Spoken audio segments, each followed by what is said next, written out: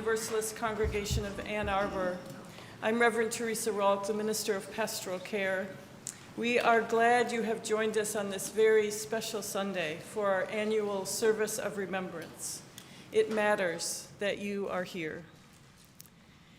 If you are joining us online, welcome. Please feel free to introduce yourself in the chat. And if you are new, you can help us connect with you by filling out a survey at UUAA.org/newcomer survey.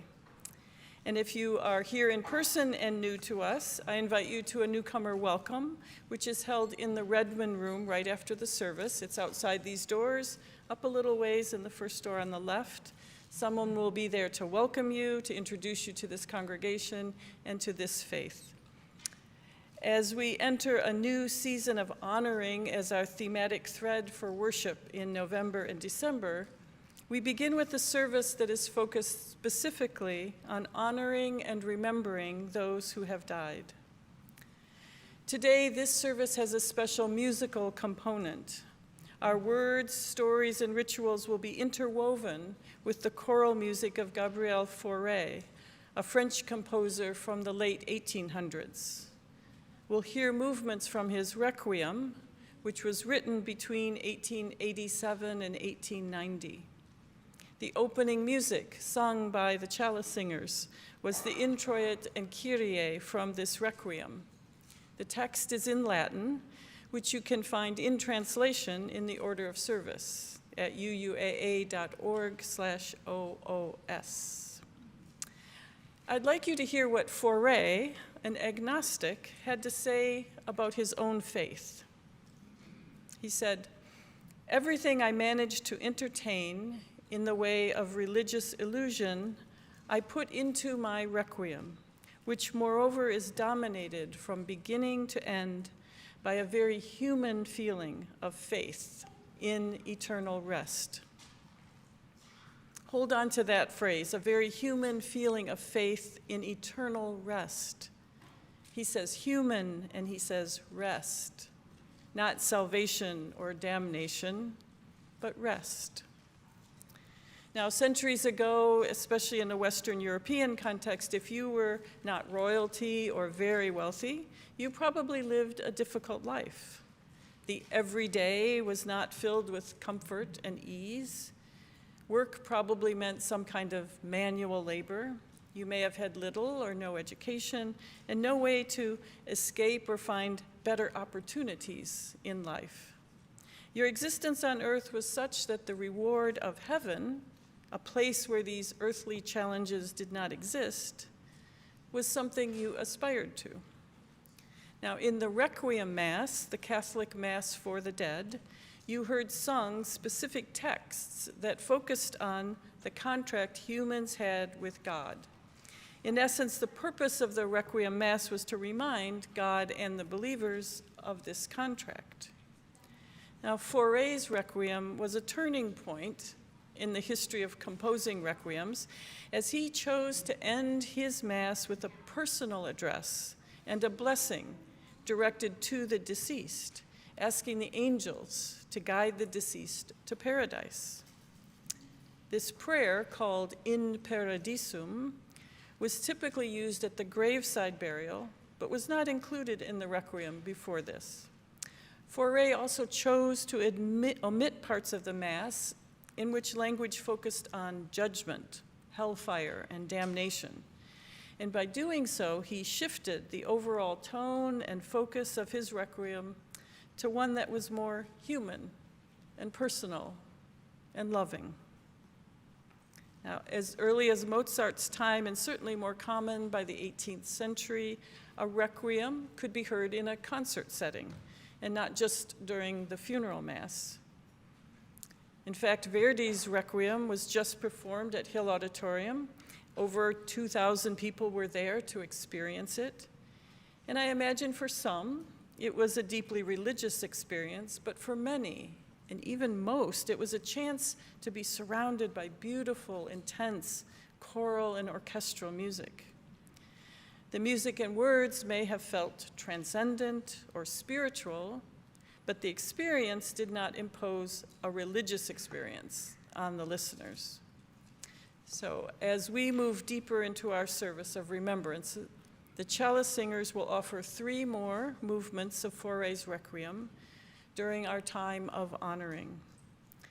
May you allow yourself space to find beauty in the music as it supports our remembrances and the human connections Fauré imagined. May we be reminded through the words and music we will hear that we are held in lux perpetua, in continuous light, whether it is the light from our chalice or from our memory candles or the light we all hold within. May that light carry us forward as we are gathered for worship.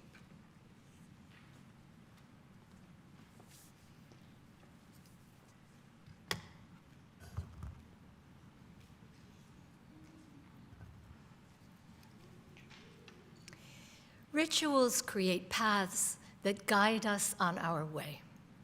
To breathe together, to speak together, to share a moment of quiet reflection, all this unites us in spirit.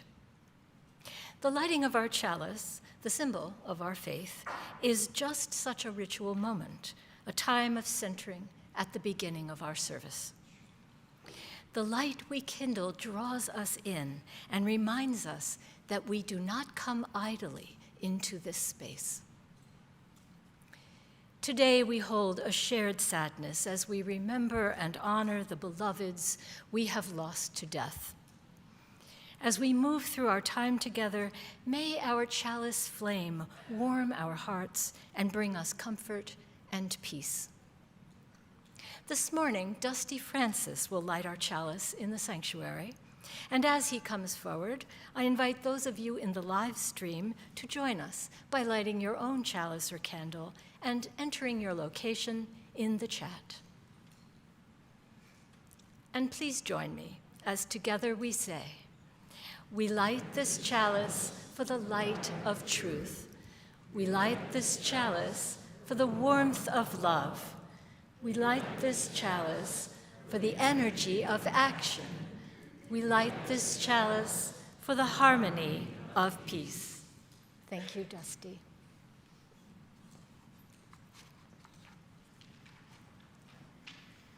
Unlike many religions, we have no creed, no one set of beliefs to which we are bound. Instead, we are free to find our own path and discover our own spiritual truths. Through our covenant, we commit to support each other's journeys and to be together in right relationship. Week after week, as we recommit to live together in peace, we lift up the love that is the center of our faith.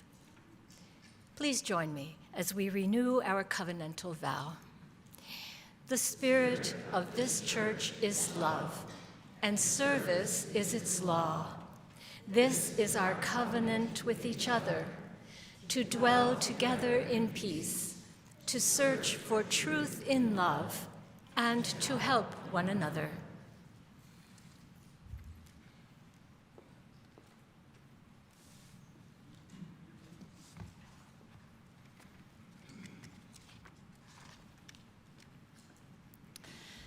Not too long ago, my kids asked me what I think happens after we die.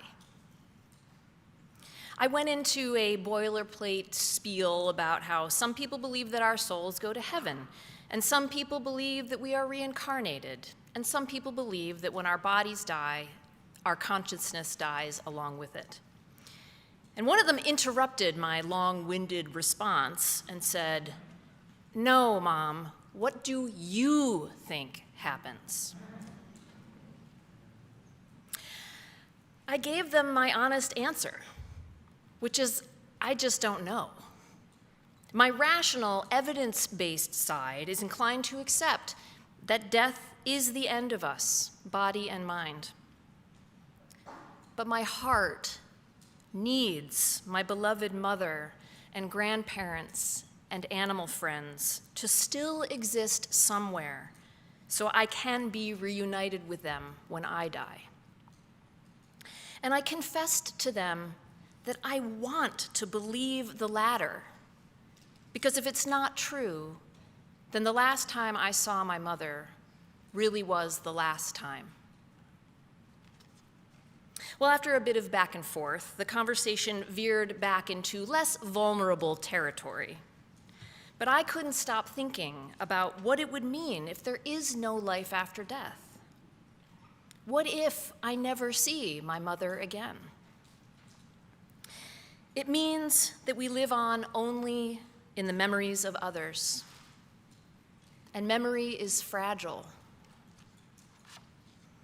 How can we heal and move forward while also keeping alive the memory and legacy of our loved ones? Our story for all ages this morning offers a glimpse into how one young girl grapples with the experience of loss. The Memory Box, a book about grief, written by Joanna Rowland, illustrated by Thea Barker.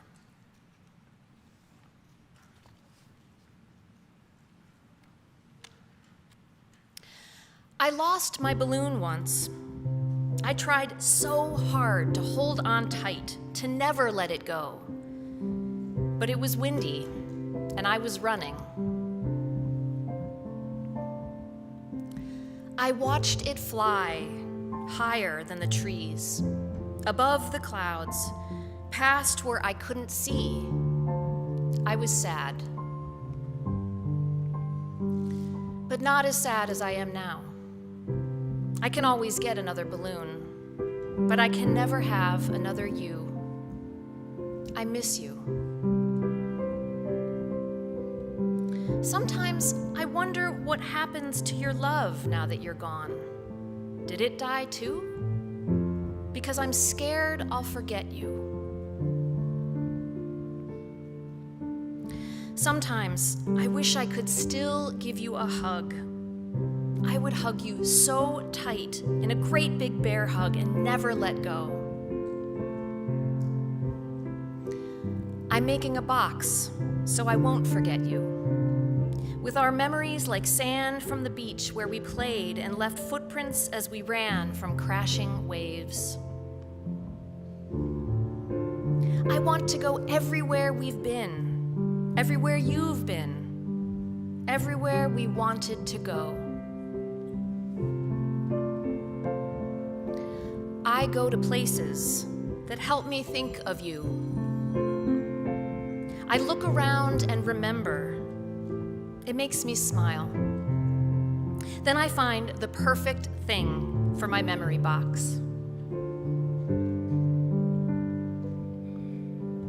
Some days are good. I laugh, I smile. Other days I wonder if I will ever stop feeling sad you're gone. But I always think of you. So many things remind me of you. Today, I'm asking everyone about their favorite memories of you. Silly, sweet, some just so you. I'm listening to every word, imagining you laughing with us. It helps me when I think about our special times. And it even helps to still do the things we'd planned to do together. You're still with me in my heart. Now I'm making new memories. My first time on a roller coaster, trying a new sport, exploring a new place. I'll always share these memories with you. I was afraid I would forget you, but I won't. You'll always be with me, no matter where I go. Whenever I miss you, I'll think of you, and I'll never forget.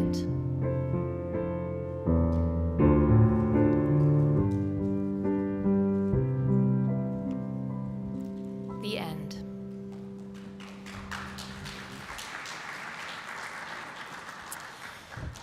Now is the time in our service when we sing our children to their programs. So let us sing together as they make their way out of the sanctuary with me. We're going to do our own memory ritual.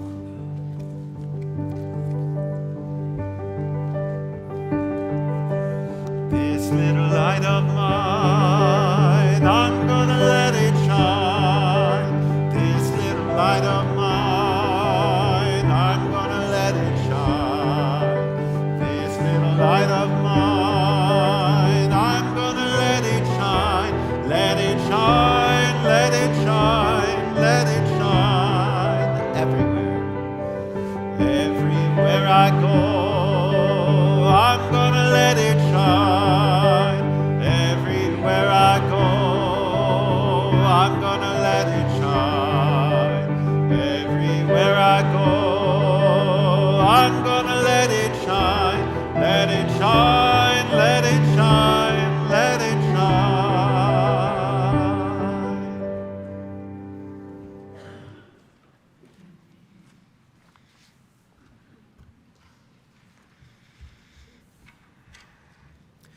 There are many ways that we show up and care for one another in community.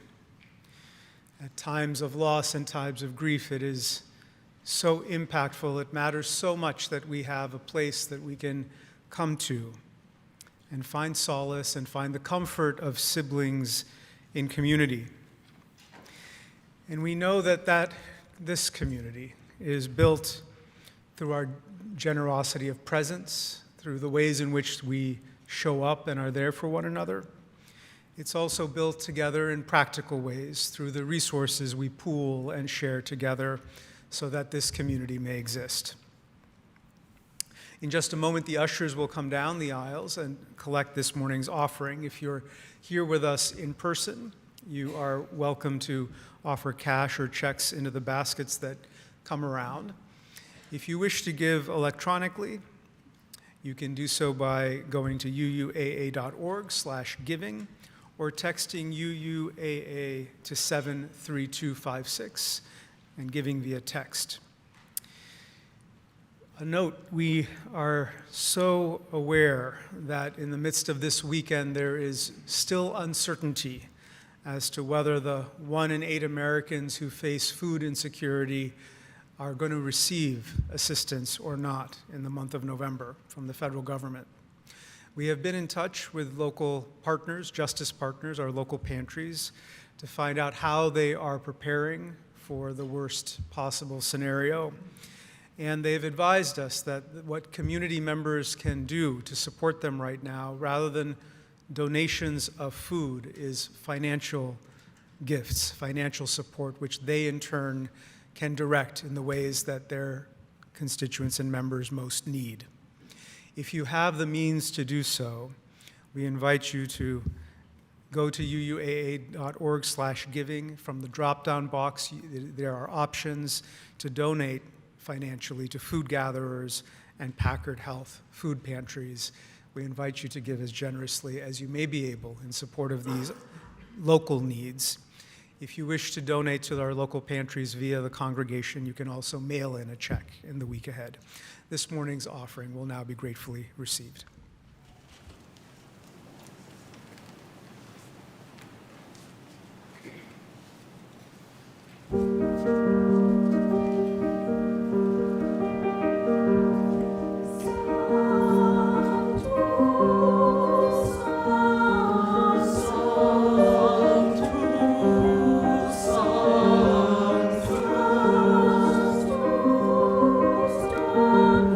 Sanctus,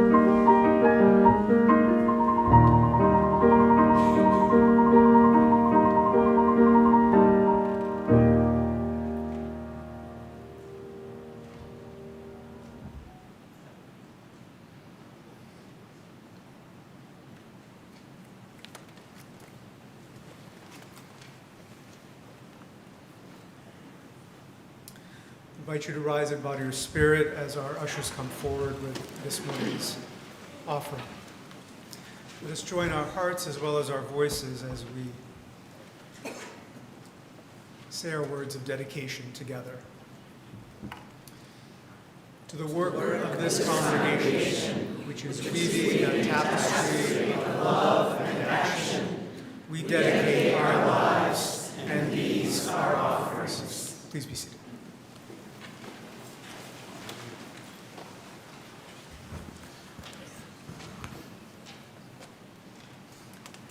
We take time now to honor and remember those from our UUAA community who have died. We begin by kindling our candle of memory. This candle holds in its flame all those we have named and remembered over many years in our past ceremonies. Today, we add to this list those who have died in the past 2 years. As the choir sings this litany of remembrance, I will light a candle for each person named. And during the singing of the litany, you are welcome to join in singing the response, "You are not forgotten." We will also place a stone for each one named in this bowl that holds water gathered from our water communion ceremony. Later, these stones will be placed outside in the area around our memorial garden.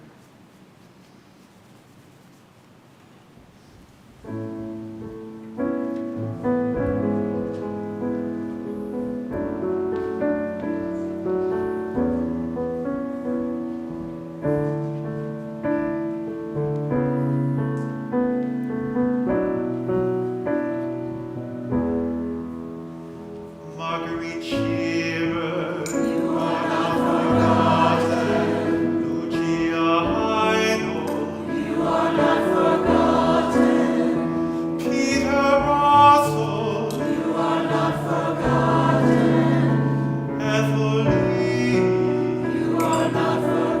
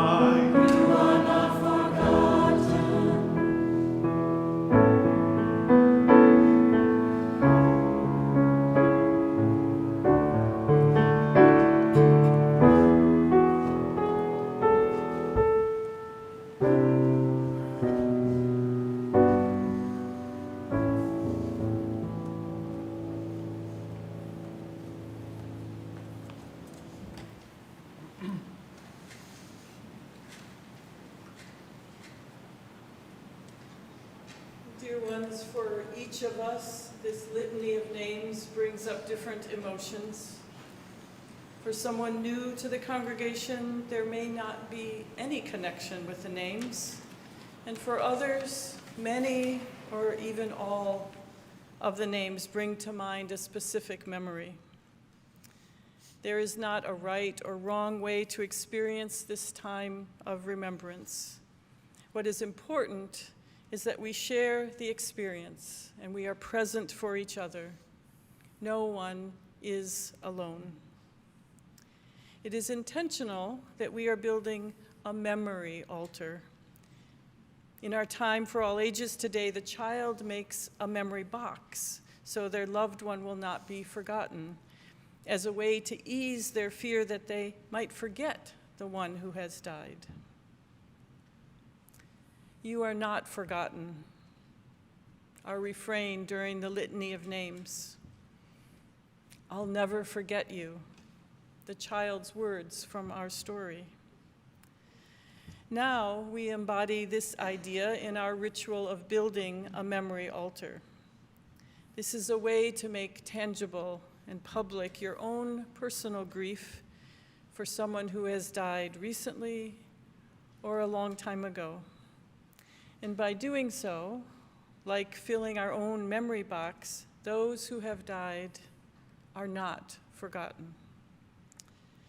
This service of remembrance that we as a congregation have created and celebrated for years provides us with the ritual to collectively hold the memories we have of our ancestors. And through our creation of a memory altar, we see that we are not alone. Certainly for some, the word altar conjures a Christian context, but the broader definition of an altar as simply a table or place which serves as a center of worship or ritual. What I love about our Unitarian Universalist version of altar is this. It is what you see right before you.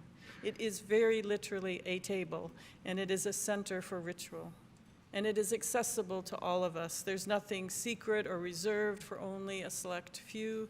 It embodies the sense of community and connection that we aspire to every day. We have created a sacred space here. Our altar already has a few things on it. In addition to water and stones and flowers, there are remembrances from the first service. In a moment, you all will be invited to come up when you feel ready. You can place a photo or other item on the altar if you wish. And if you did not bring something, you are still welcome to come forward. You can write a name or a memory on the piece of paper and leave that on the altar.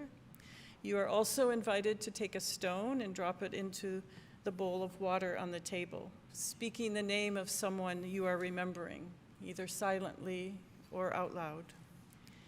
If you need assistance during the ritual, raise your hand and we can bring the ritual to you at your seat.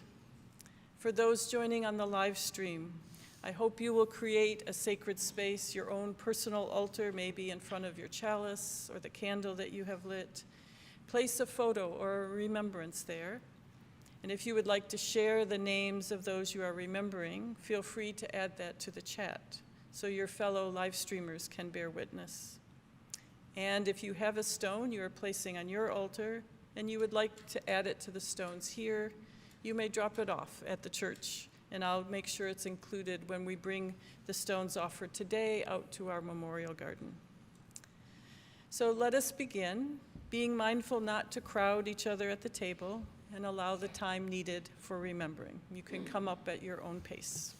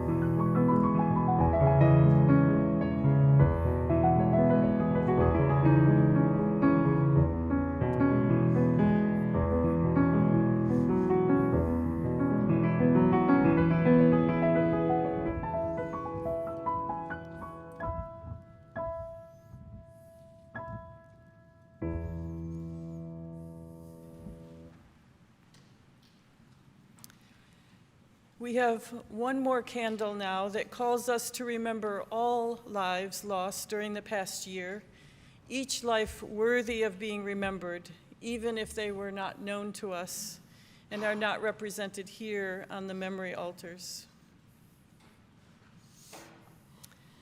Among them, we remember those who have died in wars and conflicts. You are not forgotten.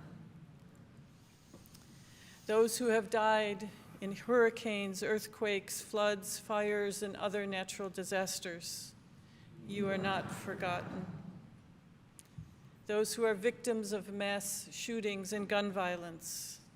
You are not forgotten. Those struggling with mental illness who have died from suicide.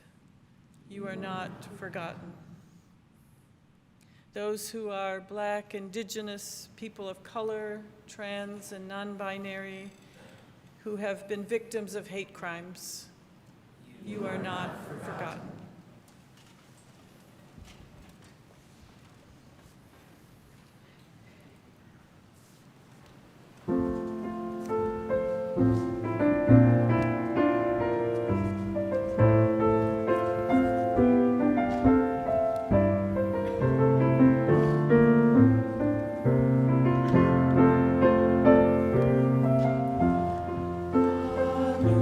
Stay qui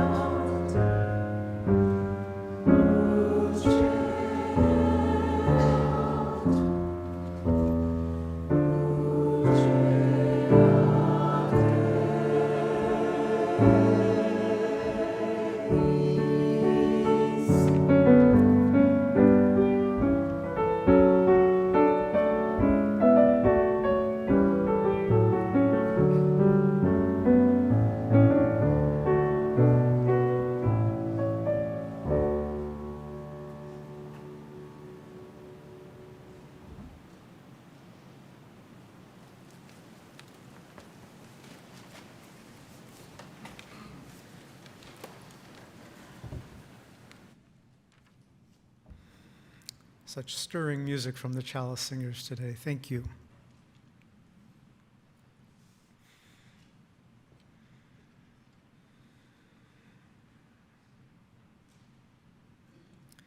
When we're really present to death, it can feel quite solemn. It's one of life's greatest mysteries, one that none of us can circumvent or cheat. It's also something that can feel quite enormous, large, transcendent, like a grand requiem, like the concept of eternal light. Yet beyond the mystery, beyond the enormity and the transcendence, lie other aspects of our relationship to death. Last week, I preached about vulnerability, which is an interesting and meaningful juxtaposition, because each of us is so vulnerable in the face of death. When it's the death of others, it's the vulnerability of our tender hearts. When it's the inevitable reality of our own individual deaths, it's the intimacy and vulnerability of our relationship with ourselves, our own mortality. In both cases, there is so much at stake, which may be why, generally speaking, we avoid the intimacy and vulnerability of this topic. It's not something we can control. We can't do anything about it. So culturally, socially, we keep death at bay by not thinking about it or talking about it for the most part. And that's precisely what makes these rarer occasions, these times and places when we can authentically be with death, so precious and so sacred. There is an intimacy and vulnerability to a gathering, an occasion like this.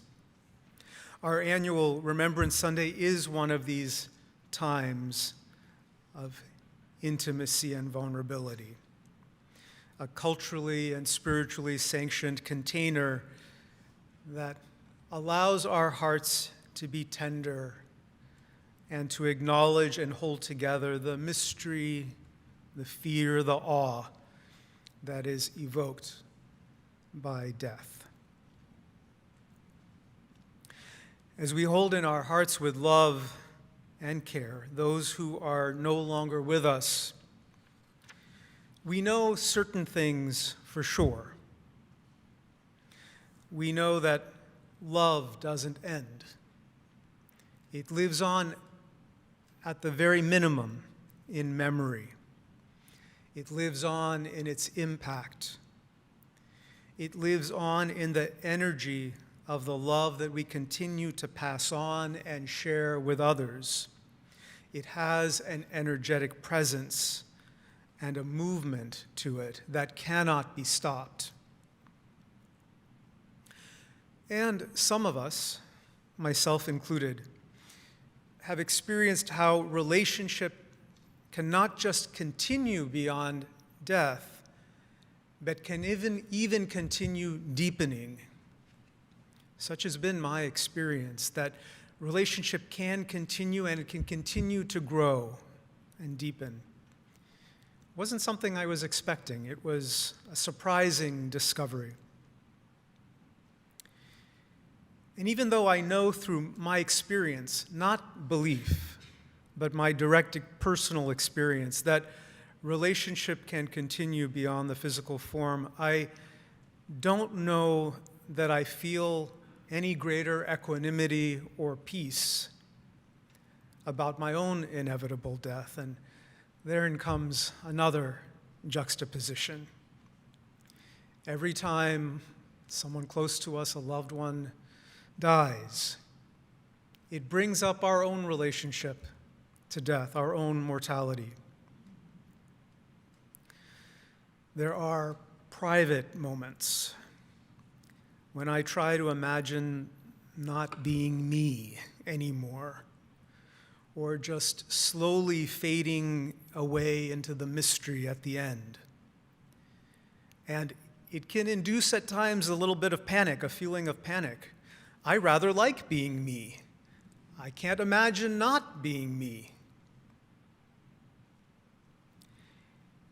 And there are other moments. Often when I'm in those desert landscapes, which so many of you know that I love,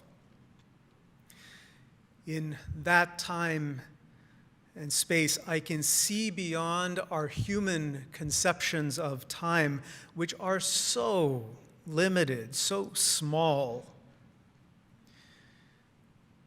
and connect myself with something grander, geologic time, the time scale in which rivers have carved out canyons, in which former lakes and seabeds now sprout cacti.